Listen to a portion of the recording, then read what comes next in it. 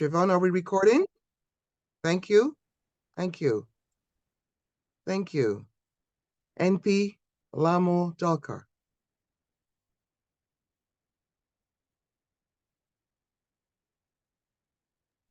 Thanks, Dr. Holloway. Good afternoon, everyone.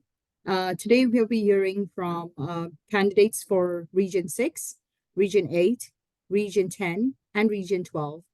Please be advised that all candidates, apart from Region 12, on the ticket of nominations for 2024 have been acclaimed. Dr. Holloway? Thank you. I would like to begin by acknowledging the indigenous peoples of all the lands that we're on today. We recognize that our work and the work of our members takes place on traditional indigenous territories across Ontario. We also wish to acknowledge that the office of the RNAO is located on the traditional and unceded territory of the Huron-Wendat, the Haudenosaunee, and most recently, the territory of the Mississaugas of the Credit. This territory was a subject of the Dish with One Spoon Wampum Belt Covenant, an agreement between the Iroquois Confederacy and the Ojibwe and allied nations to peaceably share and care for the resources around the Great Lakes. We also recognize that the participants of this meeting are located in other traditional lands across Ontario. Today, this land is still home to many First Nations, Inuit, and Métis peoples from across Turtle Island, and we are grateful to have the opportunity to work on this territory. By personally making a land acknowledgement, you are taking part in an act of reconciliation, honoring the land and Indigenous heritage which dates back over 10,000 years. We encourage you to learn about the land you reside on and the treaties that are attached to it. Land acknowledgements are an act of reconciliation, and we must all do our part. Let's just take a moment to reflect on that.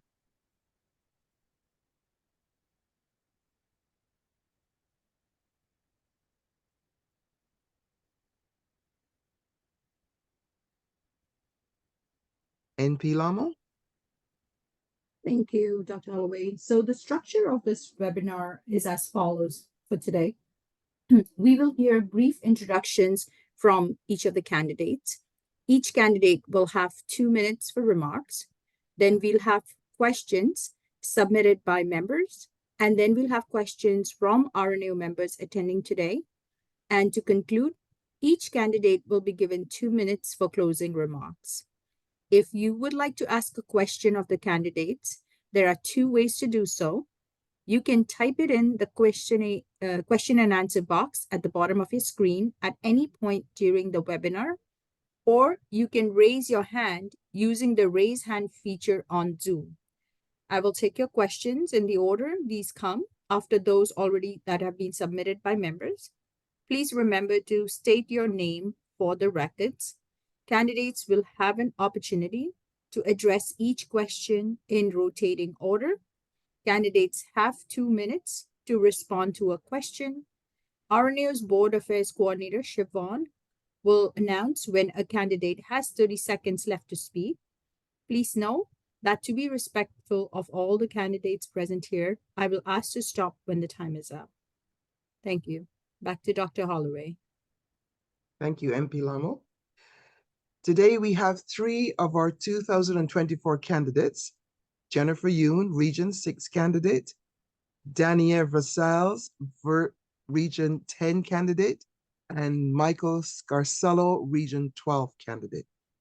Kathleen Pikaart, Region 8 candidate, was scheduled to participate today. However, she's representing the board of directors at the funeral of the registered nurse Shannon Hickey of Belleville, who was killed by her estranged partner. Let's take a minute of silence to honor the memory of Shannon, a great nurse and a kind and gentle person.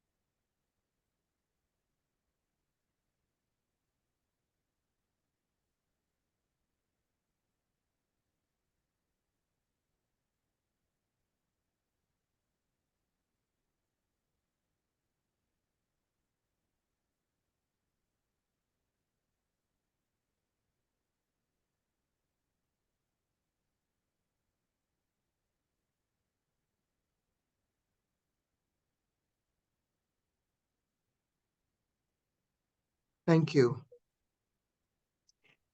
Candidates will rotate order of speaking for the various questions.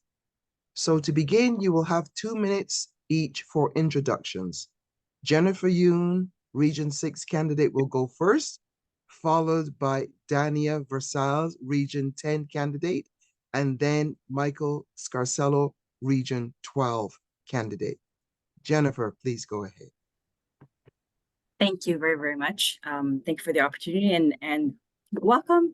And just cut me off or let me know when I have to end my 2 minutes. I'm very happy to be here today and introduce myself. If you may not know this before, I actually had started working in the genetics field prior to going into nursing. And I had always worked along nurses, but never directly with nurses in the hospital setting. And it wasn't until I had a beautiful baby girl, I realized that the nurses were the one that was actually running the building.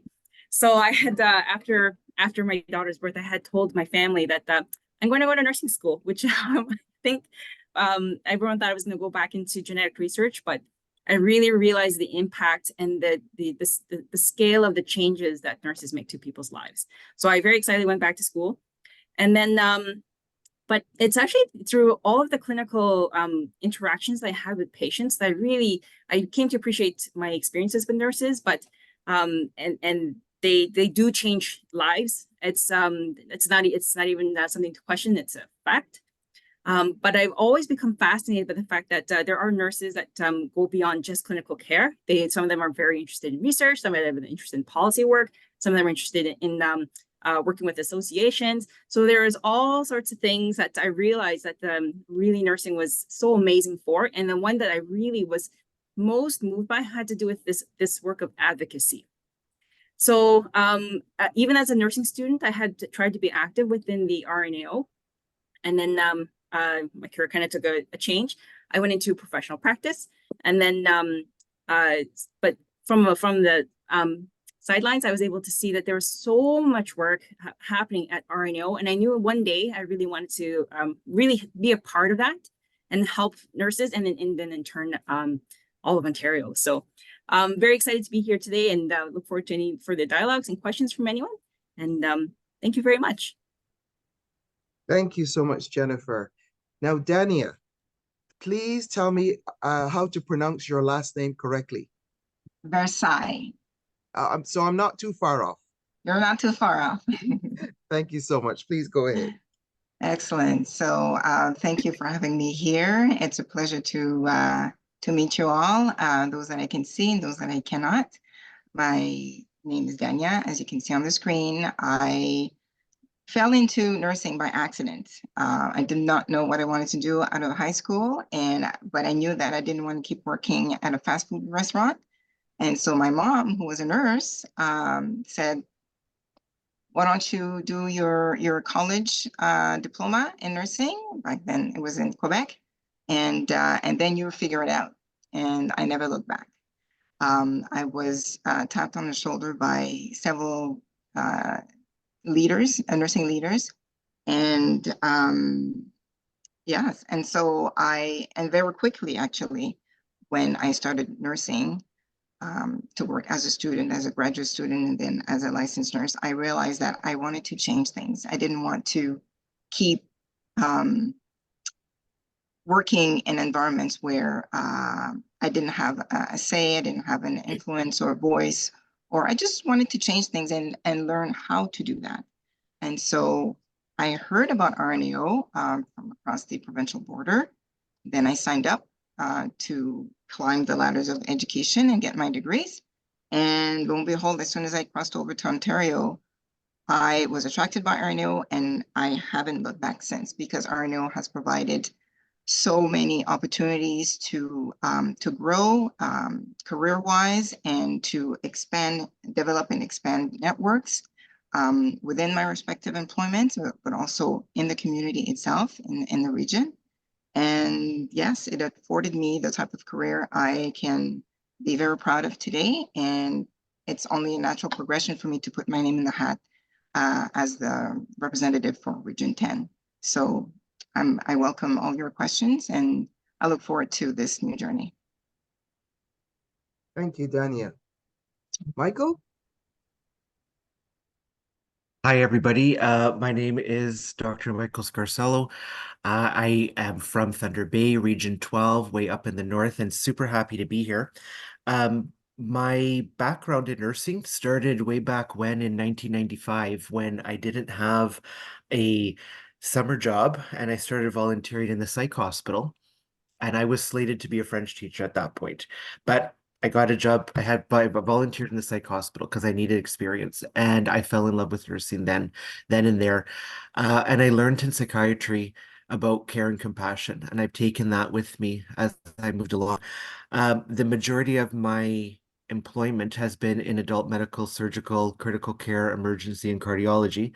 This is where I have been for the past, going to actually, well, it was my nursing anniversary on May the 7th, 24 years in nursing. So super happy with that. Presently, I work at Thunder Bay Regional in the cardiology department, angioplasty. My full-time role is faculty in the practical nursing program and the new standalone Bachelor of Science in Nursing at Confederation College here in Thunder Bay. My RNAO experience is vast. In that I started as a student rep and held many positions, and was on the board during COVID, representing Region 12. My next project, I suppose, is we have been lucky to be named a pre-designation school for BPSO. So very happy to be introducing best practice guidelines to the practical nursing program at Confederation College here in Thunder Bay. Thank you, Jennifer and Dania, for your introductions, and I too welcome your questions. Take care, and thank you. Thank you, Dr. Michael, and my apologies for not addressing you formally. So thank you, and over to NP Lamo. Thank you. Our president, Dr. Holloway, is always, so right, and, with her smile, and she's always making everyone feel at ease. So thank you for that. So we'll now move on to the moderator questions. Our first question is, it's right up on the screen as well. I will read it out to you. What is, in your view, the key differences between the role of a regional board representative and the role of a chapter or an interest group chair? We'll begin with Dania first. Thank you. That's a great question. I was looking forward to learn more about, actually, and as a new region or a chapter rep. So in the past, I'm sure you've seen on my profile for this session that I've been the chair of an interest group for the Black Nurses Leading Change, following my mandate with the Black Nurses Task Force. So what I see the difference is that for interest groups, well, the name of the group says it. We wanted to improve the conditions and the type of work, and to advocate for health equities for Black nurses, and tackle, help RNAO tackle anti-Black racism within nursing. So that was the focus of my role as an interest group chair. And now stepping into the regional board, the region, board representative, it would be, the scope is larger. There's many foci, and I look forward to connect with the members of that region to keep my finger on the pulse of what matters to them, what are the priorities, and keep my ears to the ground. And for me, I see my role as a liaison person to communicate to the board what are those priorities and those pain points and those opportunities that we may want to invest our time in to help them, and vice versa, to communicate back to them the guidance from the board as to how they can improve and move the needle on those priorities. Thank you, Dania. Thank you so much for your answer. We'll move on to Michael to answer the question. Thank you. So I would see the role to be very overarching. And my lens is a bit different from my previous experience in Region 12, where we have very few chapters, but in a very vast geography. And it was very much to act as a conductor, really, in this very vast region with, you know, small but mighty, and looking at the big themes, the themes that come up, the big systems. And when you meet with people, it was when I did the role before, it was super important for me to listen. Obviously, we know how to do that, but to hear what you're actually listening and to learn from the experiences of people that are living and being in a very vast region of Northern Ontario. The reach outs were very important. It was very important to be, you know, committal, but not to reside in, you know, one region versus the other. And we only have three, so it's not difficult like the other regions would experience. And it's important to listen, and it's important to maintain relationships with people that are experiencing nursing practice in rural and remote Northern Ontario, which tends to be a challenge, but it's one that we wouldn't do anything but this. There are definitely, you know, big ticket items in the north that affect us, safe consumption sites being one of them. People are talking about this, and we need to be ready to talk about it with them. Thank you for the question. Thank you, Michael. Next, we'll move on to Jennifer to answer the question. Thank you. And then my answer will be also slightly different because of my work experience. I've always seen governance is usually a role that belongs at the board level, and that the regionality at the board level is actually very important because just as Michael referred to, there are going to be some important differences and experiences very unique to a local area.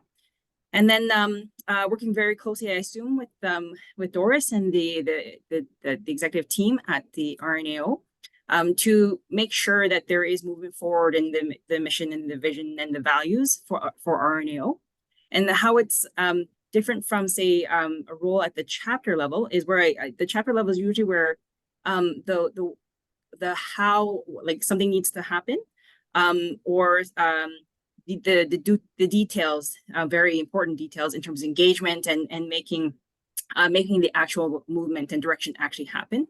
And so that's where I typically see governance at the board level as being something like an oversight body. And then your management team and your chapter teams are the ones that make the magic happen. But it usually happens very there's a lot of closed dialogue, because you need to make sure that there really is representation across the entire province, and there are, of course, unique intersections, unique areas of practice, and unique challenges that patient populations experience, and so they need that type of very special type of advocacy. I hope that answers the question. Thank you, Jennifer. I guess this brings us to the end of this question, and I will hand it over to Dr. Holloway for the next one. Thanks, and Pilamo. Our next question is, RNAO promotes diversity and individual worth amongst its RNs, NPs, and nursing student membership. With the increase of racism, discrimination, and violence, how will you support RNAO in continuing to address anti-Black, anti-Asian, anti-Indigenous, and any other forms of racism and discrimination, including based on gender, gender identity, sexual orientation, and religion? We will start first with Dr. Michael, then go to Jennifer, and then to Dania. Dr. Michael. Thank you, Dr. Holloway, for the question.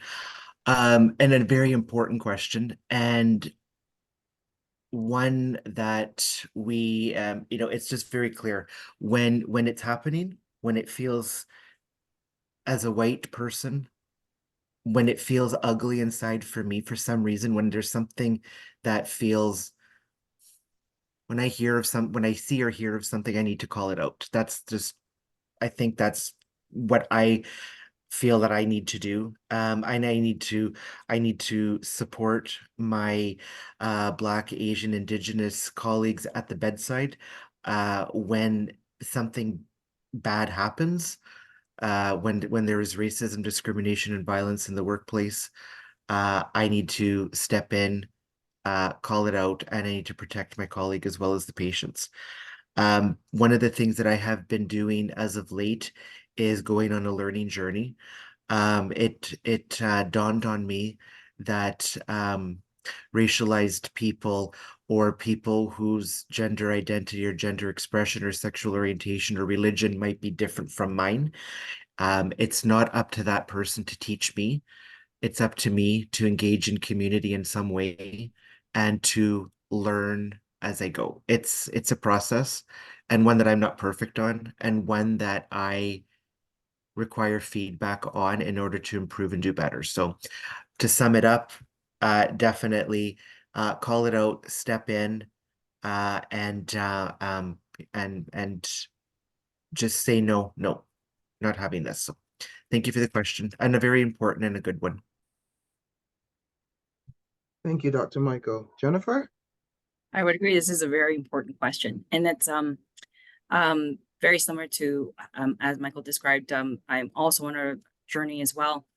I think there's probably, if I could separate just from my own personal experience, some things are very explicit in terms of the discrimination or very distinct comments that are very easy to pick up in terms of that it's totally inappropriate. And often those cases are those ones actually lend themselves more easily to be called out. And then there's an entire category that looks like it's like microaggressions or very subtle pieces of I don't know, a thread or a thought that can insert itself. And so the one thing I'm trying out right now is to be extremely humble. And one of the ways I've been trying to just be very explicit about that is to just ask a question. So you know, oh, I didn't quite understand that piece that you were talking about. I'm not sure if there is something I was missing here, or could you help me understand X, Y, and Z? And not just to I hope, because it's quite possible I missed something altogether. Not a perfect solution, but it's something that I'm trying to model for my colleagues and the people I work with. Because it's quite frankly, there may be underpinning issues that I'm not actually aware of, but it's brewing up in a different manner that's not easy to call out. And so that's why that humility and the asking of questions is what I'm trying to do, and I hope that's helping somewhat. Thank you. Thank you, Jennifer. Dania? So how would I support RNAO in continuing to address anti-Black, anti-Asian, anti-Indigenous, and every other form of racism and discrimination? I've been doing this for the past recent years, especially since the murder of George Floyd, by participating in the Black Nurses Task Force, collaborating with, you know, creating surveys, writing about it, co-authoring alongside leaders, those articles. Every single day I get hits about how many people view those articles. What else? I contributed to the development of 19 recommendations that decision makers in workplaces and academic settings can use to tackle anti-Black racism. I'm currently part of the new BPG work that we're developing to tackle this. And so I've been doing the work, and also I've been working or collaborating alongside our Indigenous representatives, interest group, as well as the Gender Diverse or Rainbow Interest Group with the In Focus Consortium group. So this work continues at that level with RNAO, but also locally here in Ottawa with the Ottawa University, who are creating fabulous research. And I don't have enough, 2 minutes is not enough for me to explain how much work I've been doing to advocate for any form of racism and discrimination, even within my own organization with regards to gender, identity and sexual orientation, anti-Black racism, anti-Asian and anti-Indigenous racism. I will continue to do that. I will continue to learn on how to do that better and amplify that advocacy work with RNU. Thank you, Dan. Thank you, Dania. Back to you, NV Lamo. Yes, thank you, Dr. Holloway. So we'll now move on to the member submitted questions. The first question is, what would your learning goals be as a RNU board of director or the committee member? So we'll begin with Jennifer first.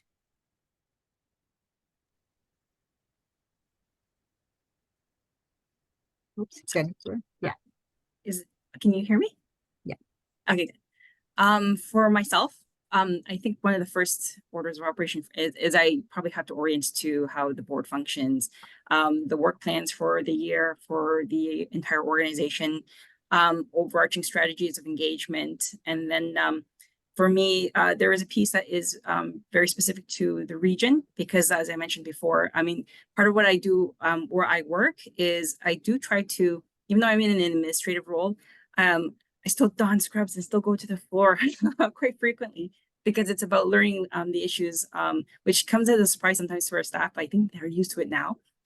But I never had envisioned that I would actually be a very strict administrator. I did enjoy that constant engagement with our staff at the point of care. So in a similar fashion, I'm hoping I'll actually perform similarly in that director role.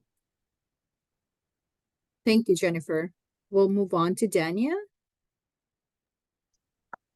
So my learning goals would be sort of the same as what Jennifer shared at first, is to learn my role on the board of directors, to learn the bylaws as well, of its functioning, to familiarize myself and learn from the seasoned experienced board members as well, and to really understand how I could be of value to the board during the discussions, but also so within those meetings, but also outside within my region and also at the provincial level. RNO has lots of tentacles and which reach far and wide, and I look forward to learn how to do that better with all the resources and the experience and expertise that they have. And the work that I do every day at the Canadian Mental Health Association as a director of clinical services, I deal a lot with the impact of inadequate or, inadequate social determinants of health. And much of the work that we do at RNAO is connected with that. Much of that, the inadequacies that we see within every region deals with that and impacts nursing and it impacts nurses and the population who we do the work for. And so how to do that better as a board member is what I look forward to learn more about, and also how to better mentor others, those that will succeed us in all the interactions that I'll continue to have and with existing my entourage currently, and those that I will learn those are the new people that I will be meeting as I expand my network. Thank you. Thank you. Thank you. Thank you, Dania. And then we'll move on to Michael. Thank you for the question. So in terms of learning goals, well, when I started, the first time I started with the board, it was just constant learning for the time I served. And we were in the middle of COVID. And so when I think back to, I feel like I need to learn many things again, but I would say I'll start off with the positives, just to set the stage. I I learned a lot and wanted to learn a lot about policy and procedure, the research process that goes with it, and governance. The fact that, you have one employee and that employee, reports to you, you report to them type of thing. Got that all figured out. But the one thing that I would say was very difficult for me to wrap my brain around, and thank God RNAO has this down packed and figured out for you, but you do need to learn, is the financial piece. It's huge. And it's very, very challenging to wrap your mind around it. So I would like to work a little bit more on that, learn more about that. I think that I would also want to learn more about program evaluation. That's kind of where I'm setting my stage right now, program evaluation and methods around that. So I hope to be able to have experience with that. I hope that I found a buddy really quick last time I was on the board, and now I would like to share what I learned about being a buddy and being a mentor. So maybe I can be like a pre-mentor to somebody. I'd like to do that because I think that I would have lots to share, and I think that I make people feel comfortable. I hope I do anyway. But those would be my areas of learning for me: financial, evaluation, and how to be a good mentor. Thanks for the question. Thank you, Michael. And I will now pass on to Dr. Holloway for the next question. Thank you so much. The last question is, please tell us about your past advocacy work. Let's begin with Dania, then go to Dr. Michael, and then to Jennifer. Dania. So as I started to, well, as I mentioned before, almost everything that you see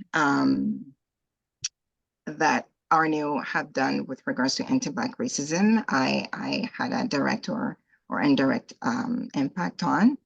And as a past chair, even right now as a past chair of the interest group, and certainly as a co-founding member.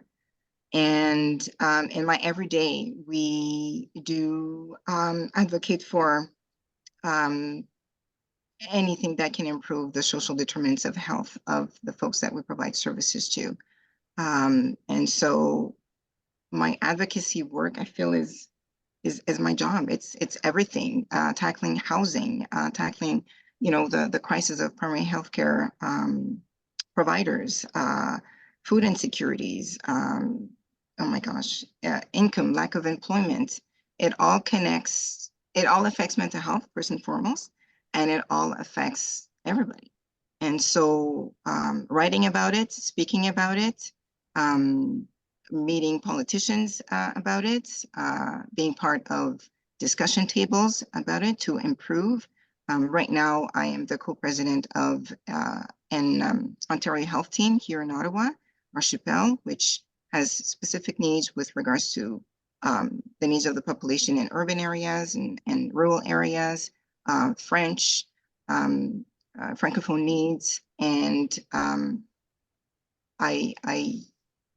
there's not enough time to answer these questions, but that's the kind of work that I've been doing with our partners, within my organization, within my nursing community, within and outside RNAO.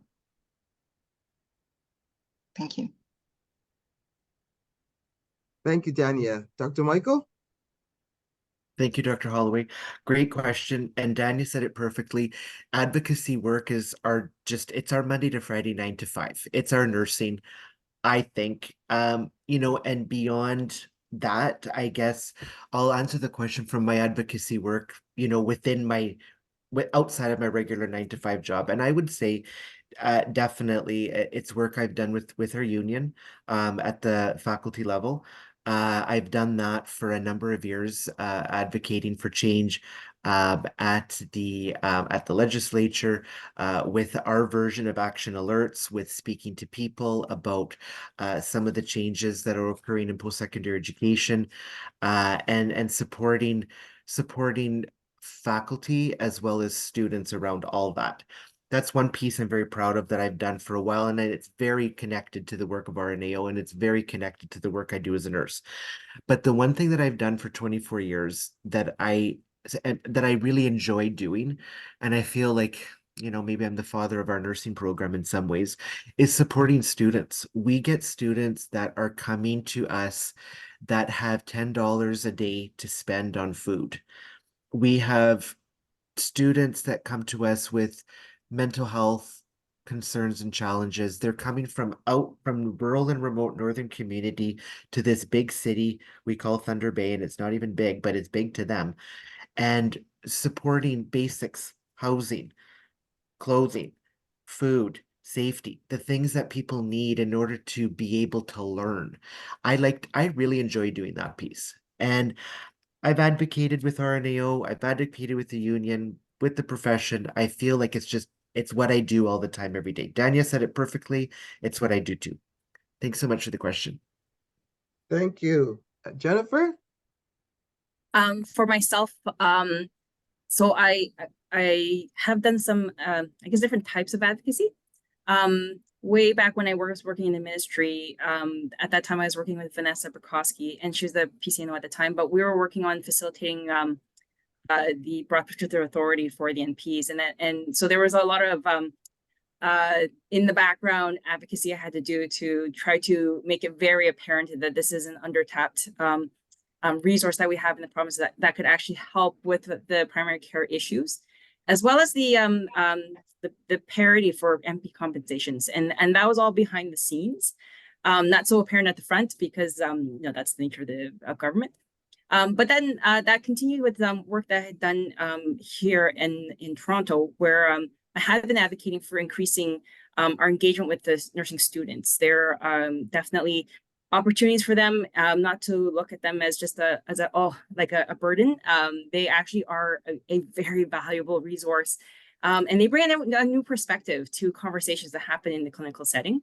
And so basically doubling the number of students that we've taken into our institution has been fantastic. But a lot of advocacy to make that happen.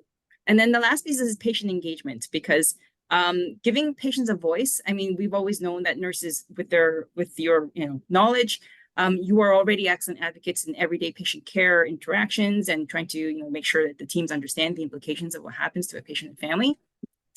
But the other avenues of engaging patients to bring a voice to the table about their care and improving care for others is a big piece of work that I've also been working through for the past several years, and very happy to see the number of patient family advisors have flourished at the organization I'm at. So thank you for the question. Thank you so much, all of you. We will now open the floor to questions for all candidates. We will first take questions from the Q&A, and then other participants are welcome to unmute themselves to ask a question. Siobhan, do we have any questions from the Q&A box? There are no questions at this time. No questions in the box. Anyone that would like to unmute and ask a question?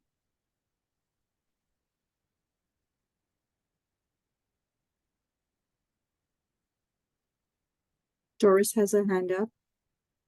Go ahead, Doctor. I want to make a comment meanwhile that people gather their questions, Madam President. Thank you. Just impressive is all I can say. We had our first group yesterday. We have our second group of candidates today. It just makes me feel so proud for our members. So hopeful and filled with more dreams and more things to achieve, because we have what it takes. Each one of the candidates, whether it's tough questions like EDI and how we will continue to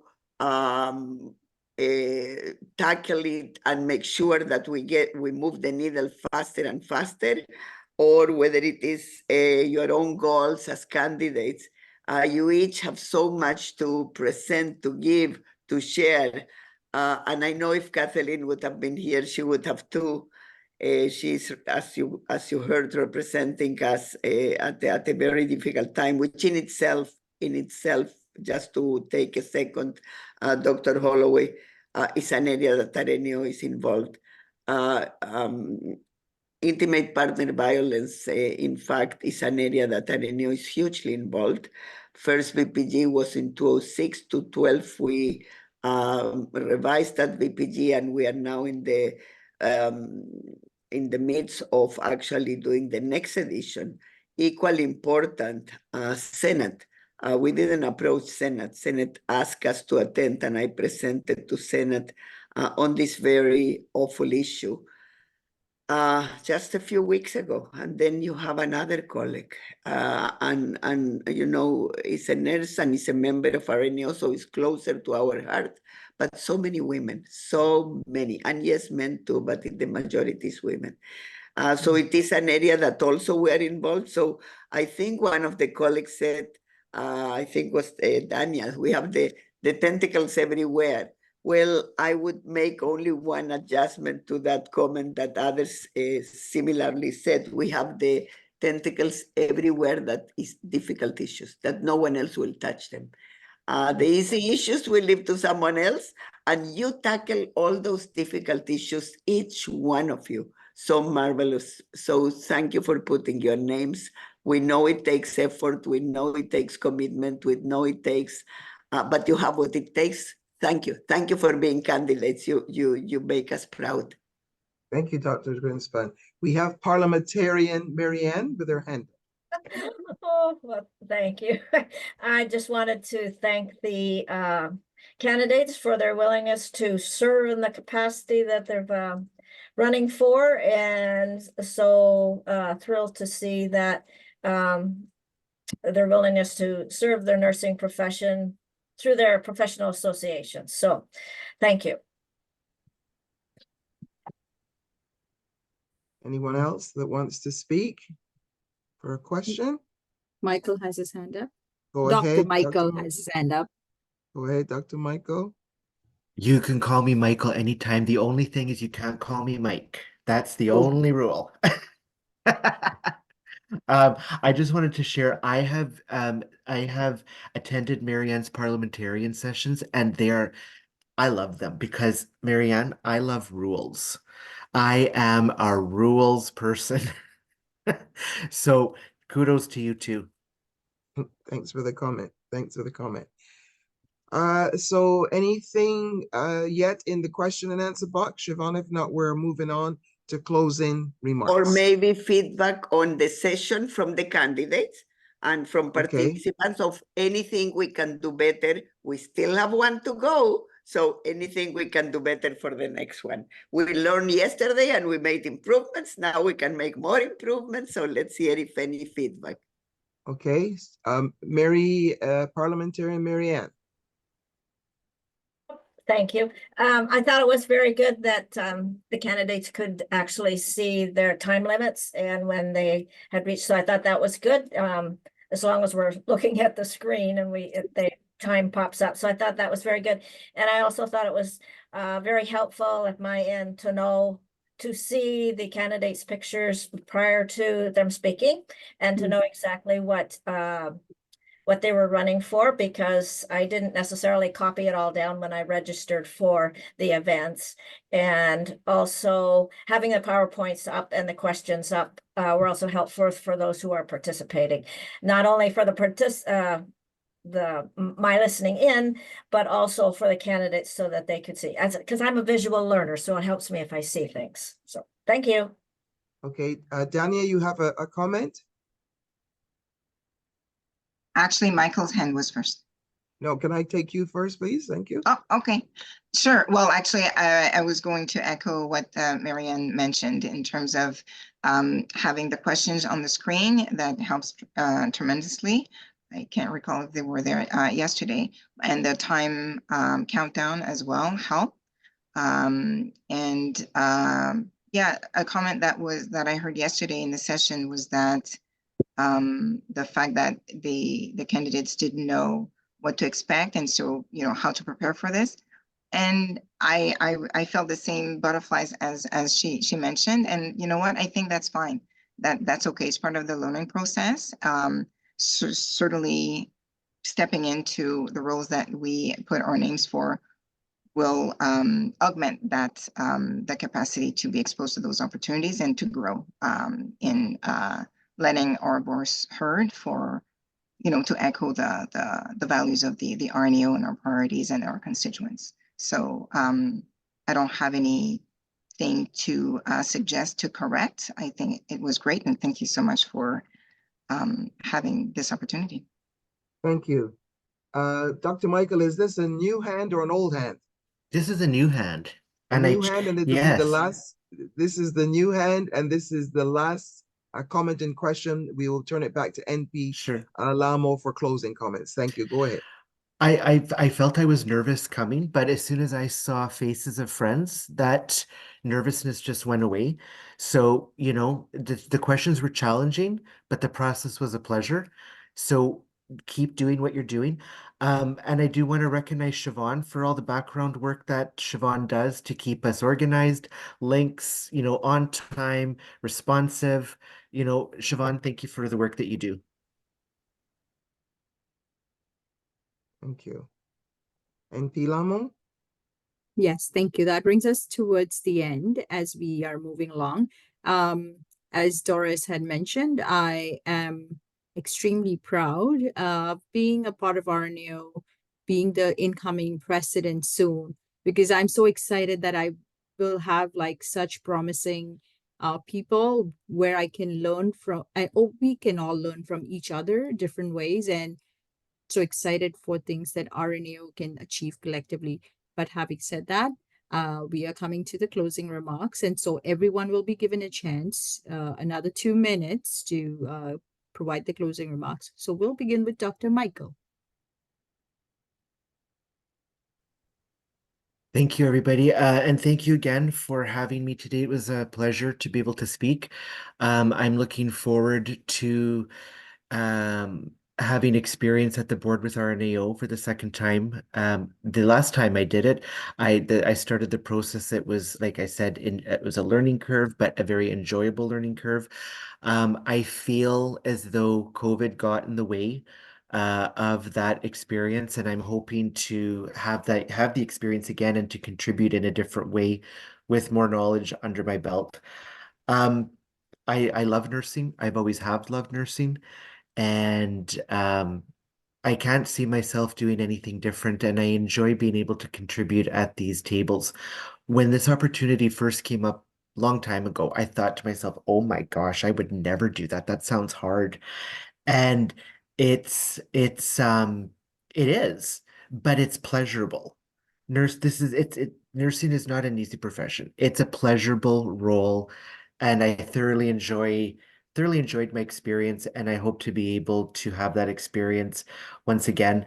I feel like my experience in the North, my experience in the classroom and at the bedside will serve the process well for me as well as the board, and I hope that I can serve not only Region 12, but to contribute and learn from the other regions that I will work alongside if I'm successful. Thank you to Dania and Jennifer and to everyone on the line today. It was a great experience, and I'm glad to be running against somebody so that we can make a good, solid choice for Region 12, and whoever takes on the role, congratulations in advance. Thank you, Dr. Michael. Next, we'll have Jennifer for her closing remarks, please. I can't top Michael. But thank you very much for the opportunity to have the dialogue. Thank you very much. I've always I've always really admired everyone who has day-to-day work and has decided to take on an additional role in a professional capacity. That speaks to me about being very intrinsically driven and you have a desire to make the system better. So I hope I'm gonna be able to help in some version in some way. And there'll be a lot of learnings for myself, but I really have to say that I think I'm in good company, or I'll have lots of opportunity to learn how to improve the system. And what a fabulous place to do that with my colleagues at RNAO. So that's all for myself. Thank you very much. Thank you, Jennifer. And last but not the least, Dania. for closing remarks. Thank you. So before I forget, thank you for all of you for working so hard behind the scenes and also, under the limelight to make it a secure and safe process to walk into. I think that's important. And I really look forward to, just like Michael mentioned before,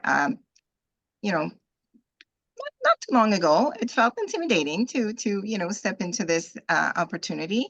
But it's we need to be here. We nurses need to be involved. And like I mentioned before, for me, it's a natural progression in my leadership journey. And yes, the work is hard. The work is very hard, and it's okay. We're nurses. Need I say more? It takes the collective effort of all of us to move the needle on complex issues that affect everybody within and outside nursing. And to have the privilege to do this in this space, in the many with the resourceful giant that RNAO is, it's an honor and privilege. And I know I will continue to lean on my current mentors and the new mentors I will get acquainted with in this journey. I just look forward to start. I can't wait. I can't wait. And I look forward to see you all at AGM, hopefully, to have fun too, because it's important to have fun, especially with the work that we do. Thank you. Thank you. I mean, we're sure we're going to have fun and at the AGM as well. So hoping to see all of you there. That brings us to the end of the closing remarks. Just once again, let me remind you that Kathleen Pikaart, Region 8 candidate, was scheduled to participate today. However, she's representing the board at the funeral of RN Shannon Hickey. And thanks to Kathleen for doing that, for representing RNAO there. I will now hand it over to Dr. Holloway for the follow-up. Thank you, NP Lamo. And thank you, the candidates, for participating today. And thank you for your questions, your comments. We really appreciate it. I want to remind you that one member, one vote will close out on June 20th at noon. Remember to vote and remind your nursing colleagues to vote as well. Thank you and have a good day. Thank you, Thank everyone. you. Thank you so much. Thank you. See you soon. See you all soon.